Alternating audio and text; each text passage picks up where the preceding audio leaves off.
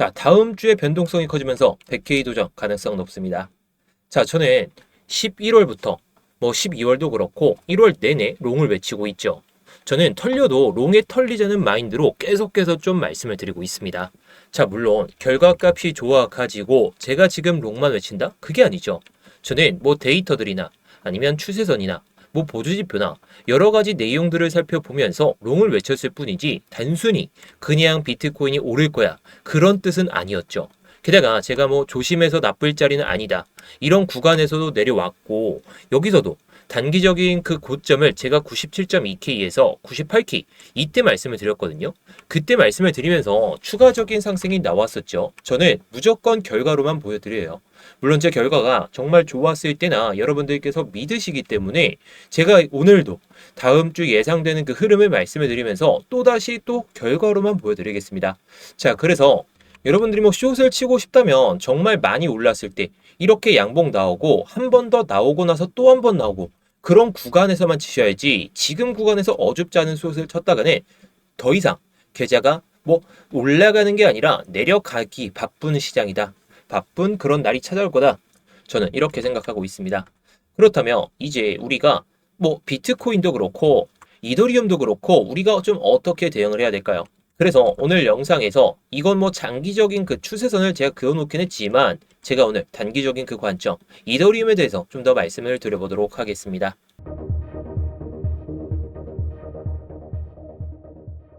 네, 안녕하세요. 10년차 코인 트레이더 이무혁입니다. 자, 변동성이 커지는 시장 흐름이 계속해서 나와주려고 하고 있어요. 물론 아직은 안 나오긴 했지만 주말 시간 동안 오히려 버티는 게 오히려 긍정적이죠. 게다가 주말이 끝나기 전에 저녁쯤에 항상 변동성이 커졌거든요. 물론 이번에도 그럴 것이다. 그렇게 말씀은 드리기 어렵지만 살짝 눌렸다가 가는 그런 흐름이 발생할 수가 있어요. 그럴 때가 오히려 마지막 기회니까 제가 이 마지막 기회를 잡을 수 있는 그 노하우 알려드리겠습니다. 자, 대신에 이 노하우를 알아가는 값은 저는 단순히 좋아요 하나면 되니까 본격적인 영상 시청 전에 좋아요 한 번씩만 눌러주시고요. 이따가 도움이 안 되셨다면 그때 취소하셔도 좋습니다. 자, 일단 제가 1월 14일 날 하나의 영상을 올려드렸죠. 자, 올려드리면서 이더리움 관련해서 이렇게 말씀을 드렸어요. 제가 그냥 올라가는 게 아니라 내려가면 매수해도 된다. 제가 14일에도 말씀을 드렸고 예상보다 더 빠르게 움직이기 때문에 1월에 단기적인 고점은 97.2K에서 98K를 말씀을 드렸지만 14일에는 100K나 102K 여기까지 갈 수 있다라고 말씀을 드렸죠.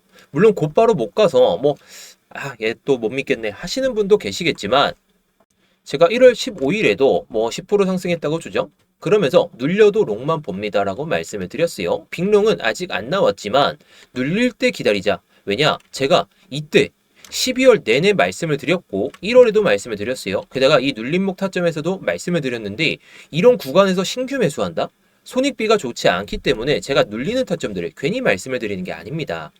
자, 그러면서 제가 이날 단기 관점 1번으로 이렇게 한번 말씀을 드렸고 그 다음에 2번 관점으로 여기까지 기다리고 상승 패러렐 플러스 0.5선을 이탈하고 나서 이 구간에서 1차 매수, 2차 매수는 밑에서 하셔도 좋다라고 말씀을 드렸죠. 물론 1차 TP를 못 찍긴 했지만 지금 차트를 한번 봐볼까요? 자, 제가 그어놨던 그대로 나와 있어요. 자, 이걸 딱 지우고 보면 제가 3,270달러. 자, 걔가 기준을 잡았던 게 이 양봉의 중간 가격대 수준이죠. 자, 어땠나요? 제가 이때 이 음봉의 크기들을 보셔라. 자, 좀 더 크게 보면 이 음봉과 이 음봉의 크기가 다르다. 그리고 윗꼬리가 더 길기 때문에 이 4시간 봉상에서 이 음봉의 시가나 아니면 다음 봉이나 다다음 봉에서 못 버티면 내려갈 가능성이 높다. 근데 내려왔죠. 자, 우리는 항상 이런 기준을 삼고 기다릴 자리에서 기다리면 매수 기회가 오거든요. 물론 아직 1차 TP를 도전은 못했지만 지금 상황에서 제가 이 구간에서 괜히 말씀을 드린 게 아니라는 거 결국 기다리면 타점이 오거든요. 그래서 이런 타점들을 정말 못 잡으시는 분들이 너무나도 많아서 제가 이렇게 스터디룸에서 타점을 잡아드리고 있는 거죠. 자, 물론 제가 영상을 통해서 말씀드리는 이런 타점들 온다면 정말 1차 매수해 놓고 1차 TP 가는지 한번 보셔도 좋아요. 근데 이게 내려올 때 겁먹잖아요. 겁먹고 만약에 또 내려가지 않을까? 내가 여기서 매수해보자. 그런 생각을 하다가 이런 구간에서조차 수익을 못 내시기 때문에 제가 이런 타점들 수익 좀 내시라고 스터디룸에서 다 말씀을 드리고 있습니다. 자, 여러분들도 가능해요. 가능한데 이런 것들을 하나하나 수익 내는 것 자체가 어렵다면 제가 스터디룸에서 말씀드리는 그런 타점들로 수익을 보셨으면 좋겠습니다. 자, 아무튼 저도 매매를 통해서 수익을 보고 그 다음에 지금도 보고 있죠. 그래서 이렇게 수익을 낼 수 있는 이 스터디룸 구독만 눌러주시고 이따가 스터디방에 입장하셔서 한번 1월달에 정말 좋은 수익으로 마감하셨으면 좋겠습니다. 자, 일단 단기적인 타점을 좀 말씀을 드리기 전에 데이터를 하나 보고 넘어가 보도록 할게요. 자, 지금 보시는 차트는 바이낸스 기준 이더리움 선물 일간 거래량입니다. 최근 이 수치가 약 217억 달러까지 급증하면서 12월 중순 이후에 가장 높은 거래량을 유지하고 있어요. 자, 여태 이후로 가장 높은 거래량이죠. 이건 단순한 수치 상승이 아니라 이더리움 선물 시장에 다시 한번 강한 모멘텀이 유입되고 있다. 이런 신호로 받아들일 수가 있다는 거겠죠.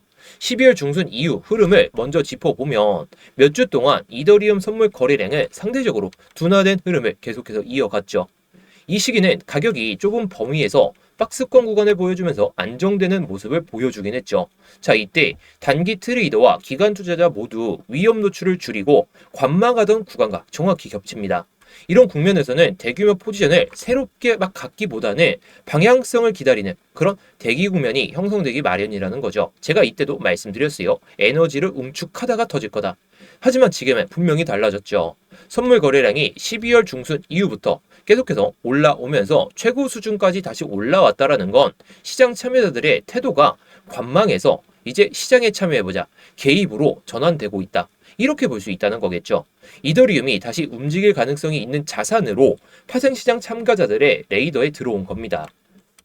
자, 선물 거래량 급증이 의미하는 바는 비교적 명확해요.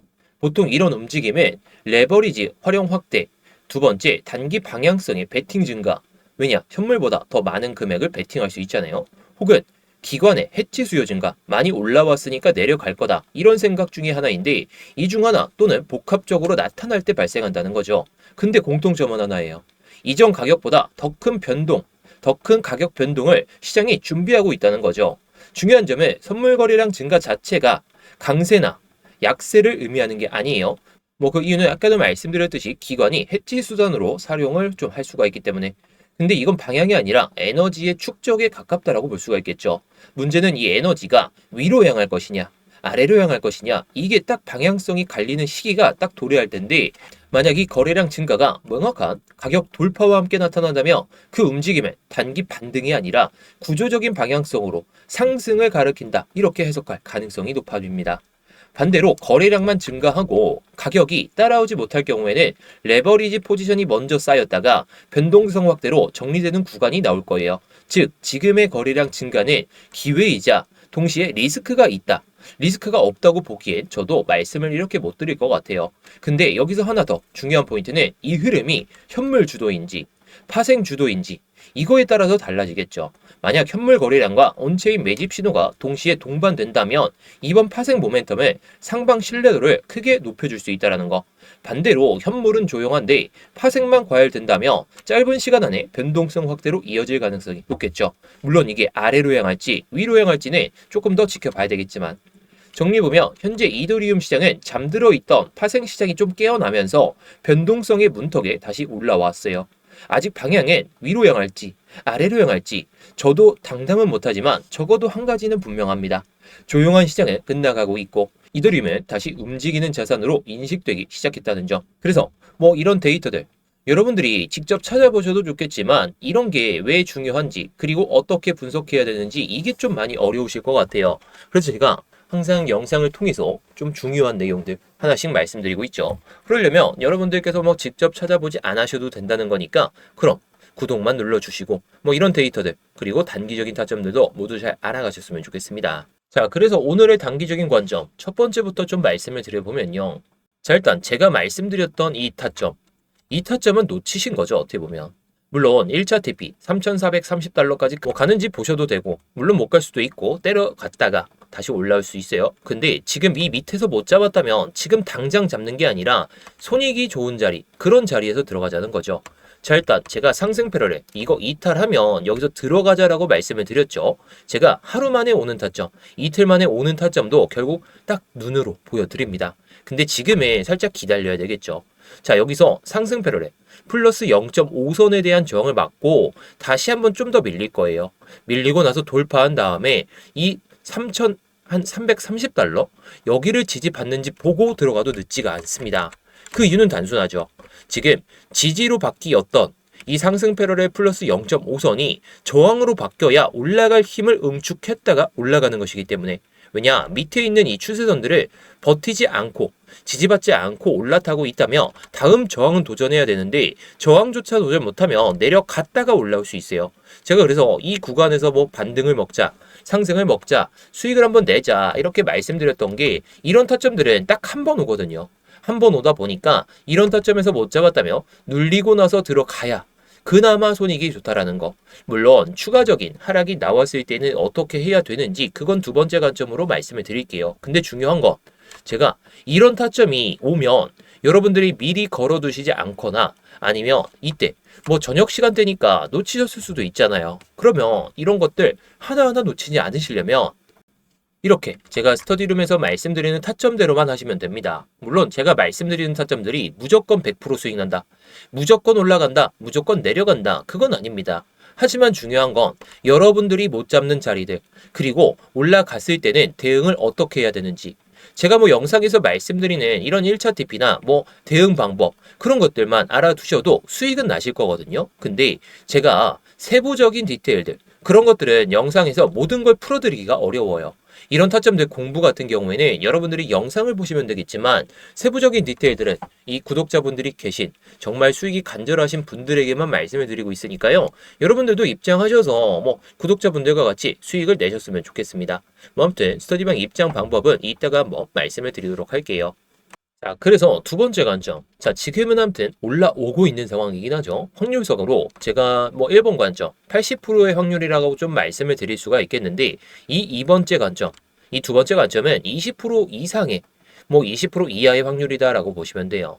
자, 이 구간, 3,270달러를 버티긴 했지만 위에 있는 저항들을 도전하지 못한다면 내려갔다가 올라올 수 있겠죠. 그럴 때 접근하자는 건데, 제가 봤을 때 이 가격대 있죠. 3,217달러. 자, 이때 시가가 3,215달러였으니까 대략적으로 이 구간까지 기다리자는 거죠. 자, 왜냐?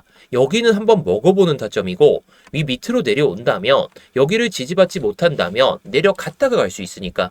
근데 제가 봤을 땐 여기까지는 체크하러 내려올 가능성은 있어요. 근데 여기서 못 잡는다, 여기서 갑자기 찍고 올라탄다면 우리가 수익을 놓치는 거죠. 그렇다면 이 3,270달러 이걸 이탈했을 때 이 저점을 이탈할 때부터 이런 구간에서 1차 매수를 해놓고 그 다음에 여기서 반등이 나오는지 보고 2차 매수를 하셔도 좋은데 분할로만 걸어두시면 된다는 거죠. 자, 결국에 3,240달러 이 정도 수준에서 3,200달러 이 부근에서 분할로 미리 걸어두셔도 좋다는 겁니다. 자, 왜냐? 이런 구간에서는 결국에 저항을 도전조차 못하고 내려간다면 결국에 이런 패턴을 보여줄 가능성이 높아요.